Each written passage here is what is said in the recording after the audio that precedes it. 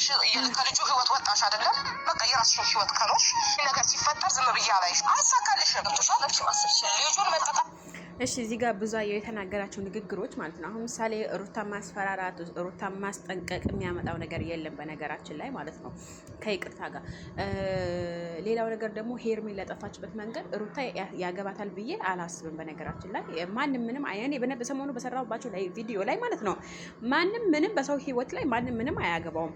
ኦልሬዲ አብርሃም ህይወት ጀምረዋል ህይወቴ ጀምሬያለሁኝ ህይወቴ በቃ ኦልሬዲ አብርሃም ህይወት ጀምሯል። ኦኬ ምንም ማንም ወደ ኋላ ወደዚህ አይመልሰውም። ለምን በቃ ሄርሜላ መርጦ ሄርሜላን ቀለበት አስሮ የሽማግሌው ቀን ተቆርጦ ሁሉ ነገር ተዘግንተን ብሏል አይደለ?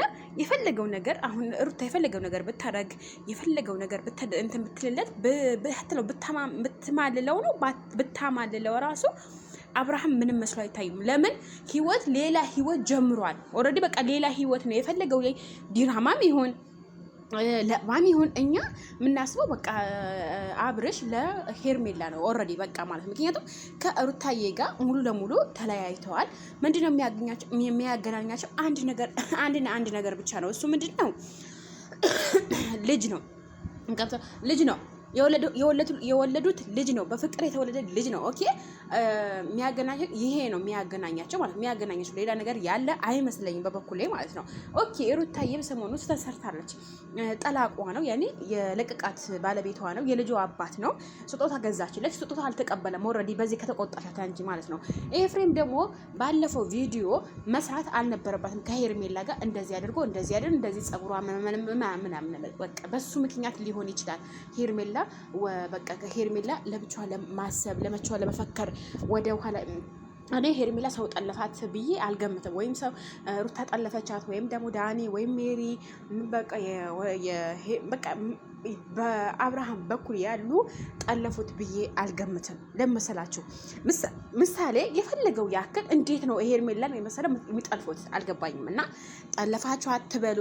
በቃ ለትንሽ ጊዜ ወይም ለትንሽ ቀናት ለትንሽ ሰዓታት ብቻዋ ለመሆን ብቻዋ ለማሰብ ነው እንጂ ሄርሜላ እንትን ያለችው ይሄን ያክል እኮ ሄርሜላ ልጅ አይደለችም በነገራችን ላይ ይሄን ያክል የሚጠልፋ ደረጃ አይደለችም ማለት ነው። እውነት ነው እንነጋገር ከተባለ። ስለዚህ እናንተ ምንድነው አሁን ሩታ ያደረገችው ነገር የለም እዚህ ጋር ጥፋት ብዙዬ ትክክል ነች። ባለፈው ባደረገችው መሰረት ያው ምሳሌ ለአብርሃም የገዛችለት ሀብል መግዛት አልነበረባትም። ተሳስታለች መጀመሪያ ማለት ነው። እና ሁለተኛ መሳሳት የለምና አብርሃም ምንም ሆነ ተሳሳተችም ሆነ አልተሳሳተችም ሆነ አብርሃም ኦልሬዲ የሌላ ሰው ሆኖ ታይቷል። በቃ የሌላ ሰው ነው ኦልሬዲ። እኛ ከሩታ ጋር ይቀጥላል ብለን አናስብም። ለምን ኦልሬዲ ቀለበት ማረግ ማለት መጫወቻ ወይም ደግሞ ላዕባ ወይም ደግሞ እየቀለዱ ወይም ደግሞ እንደዛ አይደለም። ሲጀመር ቀለበት ማለት በቃ ቃል ነው። ስለዚህ ሄርሜላና አብርሽ መቼም ቢሆን መቼም አይለያዩም። በነገራችን ሩትዬም ደግሞ የልጇ አባት ነው። የፈለገችው ነገር ብታደርግለት የፈለገችው ነገር እንትን ብትለው ማንም ምንም በሰው ህይወት አያገባውም ነው